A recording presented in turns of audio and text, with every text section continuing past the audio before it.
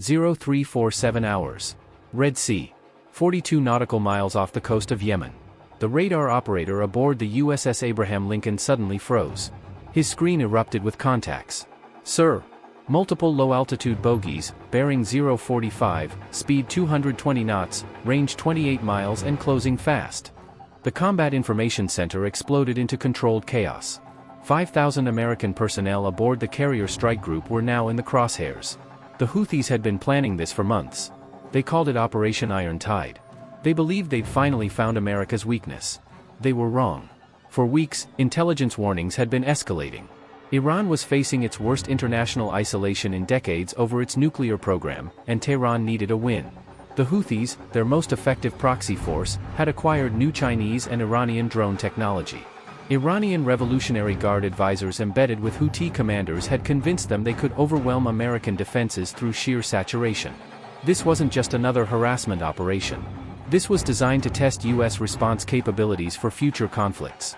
The Abraham Lincoln Carrier Strike Group, CVN, 72 Abraham Lincoln, 2 Arleigh Burke-class destroyers, and the Ticonderoga-class cruiser USS Port Royal, had been operating at Alert Condition 2 for 72 hours. F/A-18 Super Hornet sat on the deck, pilots on 5-minute alert status. The threat environment was already critical. Now it was about to become lethal. The N/Spy 6V air and missile defense radar tracked 32 individual contacts streaking toward the strike group at wave-top altitude. Identification came back immediately: Shahid 136 one-way attack drones. Iranian-designed kamikaze UAVs, each carrying a 200-kilogram warhead. They were organized in 3 waves, spaced 90 seconds apart, flying at 150 feet above the water in sea-skimming profiles designed to defeat radar detection until the last possible moment. General Quarters. General Quarters. All hands man your battle stations. This is not a drill. Air raid warning red. Inbound hostiles. The klaxon screamed across every vessel in the strike group. The USS Port Royal's vertical launch systems erupted first. 8 SM, 2 Standard missiles ripple-fired from their cells, white exhaust trails cutting through the pre-dawn darkness. 8 drones disintegrated at 18-mile range, their wreckage tumbling into the black water below. But the remaining 24 pressed their attack through the debris field. The CRAM systems aboard the Abraham Lincoln engaged next. RIM-116 rolling airframe missiles locked onto the closest threats, corkscrewing into the sky at Mach 2. Explosions blossomed across the horizon like lethal fireworks. On the USS Spruance destroyer, the Phalanx CIWS system spun to life with their distinctive whirring growl. 4,500 rounds per minute of 20mm tungsten shells created an impenetrable wall of metal. Drones disintegrated in thermobaric fireballs, their fuel and explosives cooking off in orange-white flashes visible for miles. 32 drones launched. 32 drones destroyed. The closest approach, 4,200 yards from the carrier. Not a single drone breached the defensive perimeter.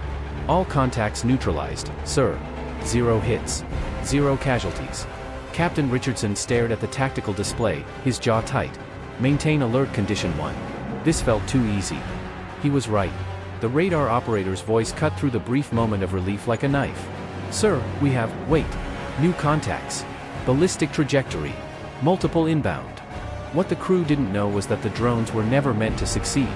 They were the distraction. The real attack was already in motion. The N/Spy 6 radar detected 4 high-altitude parabolic trajectories originating 180 miles inland from the Yemen mountains. Identification flashed across the screen: Quds, 4 anti-ship ballistic missiles, Iranian Khalij Fars variants specifically designed to kill aircraft carriers. Terminal velocity, Mach 3.5 in descent phase. Time to impact, 90 seconds. This was the nightmare scenario. Anti-ship ballistic missiles with maneuvering warheads, GPS plus inertial plus optical seeker guidance, and 650-kilogram high-explosive payloads. These weapons were engineered specifically to defeat the Aegis combat system. They could adjust their trajectory in the terminal phase, making intercepts exponentially more difficult. Batteries released. Engage ballistic missile defense protocols. The USS Port Royal activated its SM-6 missiles in BMD mode. The SM-6 was designed for exactly this threat, an extended-range interceptor capable of engaging ballistic missiles at high altitude. 2 missiles screamed into the upper atmosphere, their solid rocket motors pushing them to Mach 3.5. At 40,000 feet and 62 miles downrange, the first 2 Quds, 4 missiles met their end. The warheads detonated in brilliant orange flashes visible from the carrier deck, debris scattering across 20 square miles of sky. But the third missile maneuvered. It juked left, evading the first SM-6 by executing a 3G turn at 30,000 feet. The terminal phase began. 18,000 feet. Diving at Mach 3.2 directly toward the Abraham Lincoln.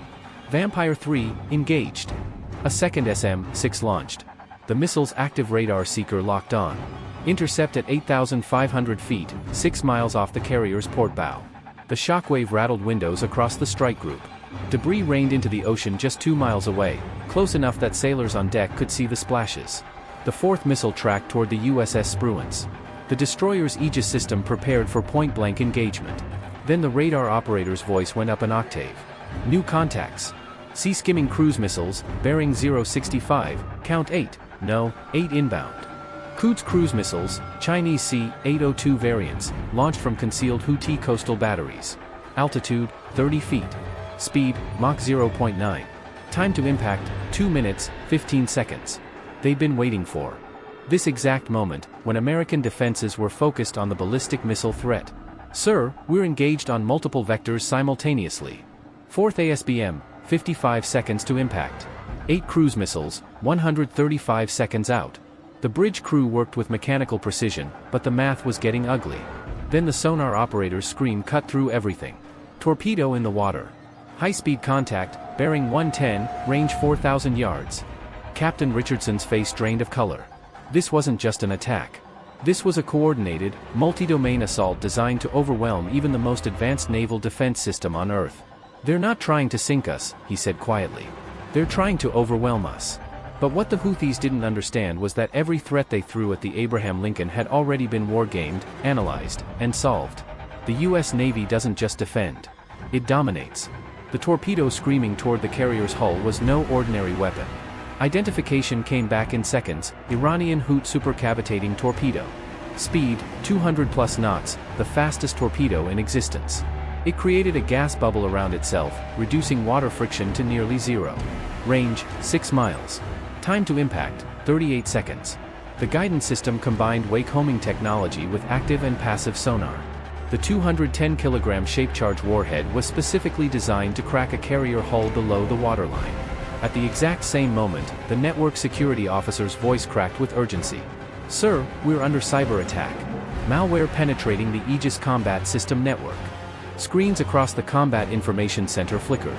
Target tracks disappeared and reappeared randomly.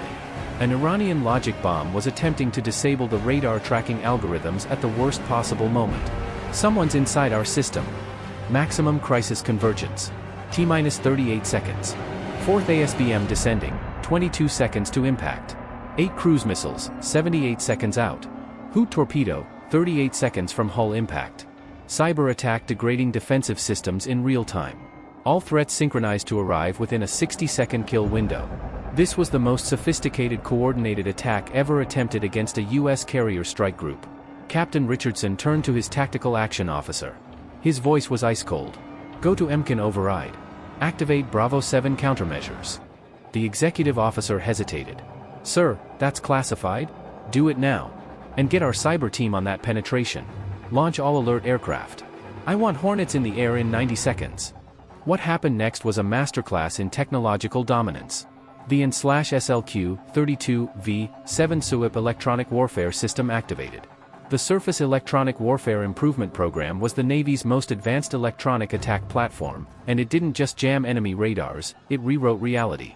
Within seconds, the system generated 12 false radar signatures, creating a ghost fleet of phantom ships surrounding the real strike group. The 8 cruise missiles lost target lock simultaneously. 6 veered off course chasing phantoms, detonating harmlessly in open ocean 15 miles away. The remaining 2 circled in confusion, their guidance systems overloaded with contradictory data. Activate Helios. The high-energy laser with integrated optical dazzler and surveillance system mounted on the carrier's island hummed to life. The 60-kilowatt directed energy weapon locked onto the first confused cruise missile. An invisible beam of concentrated light struck the missile's warhead section. 3.2 seconds later, the warhead superheated beyond tolerance. Mid-air detonation. The second missile received the same treatment. Its guidance system fried, it spiraled into the sea like a dying bird. We don't just shoot missiles anymore. We delete them. The fourth ASBM was at 3,200 feet, 8 seconds from impact on the USS Spruance. The destroyer fired its final SM-6 at point-blank range. The intercept occurred at 1,100 feet altitude, just 1.2 miles from the ship. The shockwave was so powerful it cracked windows on the bridge. Sailors were thrown against bulkheads. Debris splashed down 400 yards off the starboard side, close enough that the spray hit the deck. The circular error probability of that intercept? 2.1 meters. Perfection under impossible pressure. Underwater, the MH-60R Seahawk helicopter that had launched during the initial drone attack dropped a Mk-54 lightweight torpedo directly into the Houthis' projected path. Simultaneously, two underwater drones, a classified UUV system only recently deployed to carrier groups, launched from concealed bays beneath the Abraham Lincoln's hull. Acoustic countermeasures created a false target signature that mimicked the carrier's acoustic profile. The Houthi torpedo, its guidance system confused, chased the decoy. The Mk-54 intercepted from a perpendicular angle. The underwater explosion occurred 2,800 yards from the carrier. A massive water column erupted 200 feet into the air, visible across the entire strike group. The torpedo never had a chance. Below decks, the Navy cyber warfare team worked with surgical precision. They isolated the Iranian malware in 22 seconds, tracing its source code signature back to IRGC Cyber Command. But they didn't just purge the malware. They embedded a counter payload, a digital Trojan horse, and transmitted it back through the same attack vector the Iranians had used. We don't just patch the hole. We delete the hand that dug it. Later intelligence reports would reveal that Houthi command center networks across Yemen collapsed within 90 minutes, their systems bricked beyond repair. With the defensive battle won, the Abraham Lincoln went on offense. F/A-18 Super Hornets catapulted from the carrier deck, their afterburners lighting up the night. Intelligence had pinpointed the Houthi coastal missile batteries. 12 AGM-84 Harpoon anti-ship missiles fired, but they weren't aimed at ships. They targeted the land-based launchers. Simultaneously, Tomahawk cruise missiles launched from the USS Port Royal's vertical launch tubes. The missiles streaked toward 4 coastal battery positions and the compound housing Iranian military advisors. The strikes were simultaneous, overwhelming, and precise. All 4 battery positions vaporized in thermobaric firestorms. The Iranian advisors' compound, a 3-story structure 5 miles inland, ceased to exist. Total time from first detection of the drone swarm to complete threat neutralization and counterstrike? 4 minutes, 17 seconds. Damage assessment: USS Abraham Lincoln, 0 hits, 0 casualties. Entire carrier strike group, intact, fully operational, combat ready. Houthi losses: 32 drones, 4 anti-ship ballistic missiles, 8 cruise missiles, 1 torpedo, 4 coastal batteries, 47 confirmed killed including 6 Iranian Revolutionary Guard advisors, cyber warfare infrastructure destroyed. Houthi Operation Iron Tide was a complete, humiliating failure. But the story doesn't end there. A classified NSA intercept recorded a communication from Tehran to Beijing 14 hours after the engagement. The Americans showed their hand. Now we know their limits. A Chinese Type 055 destroyer had been observed tracking the entire engagement from 200 miles away. A Russian intelligence vessel was also in the area, recording every electromagnetic emission, every radar pulse, every missile launch. This wasn't just a Houthi attack. It was a rehearsal. And the next performance won't be in the Red Sea. It'll be in the Taiwan Strait. What do you think? Could the Houthis have succeeded if they'd coordinated with a submarine-launched attack? Comment number 1, which defensive system impressed you most, the laser, the SM-6 intercepts, or the cyber counterattack? The Abraham Lincoln proved once again why American carriers are untouchable. But here's the real question: what happens when China uses these same tactics with 10 times the firepower and hypersonic weapons we haven't seen yet? Hit that subscribe button if you want to see how the US Navy would handle a Chinese DF-21D carrier killer swarm in the South China Sea. Drop your thoughts below. What should we cover next? Russian submarine wolf packs versus NATO, or the F-35's classified capabilities in a full-scale air war? Until next time, dismissed.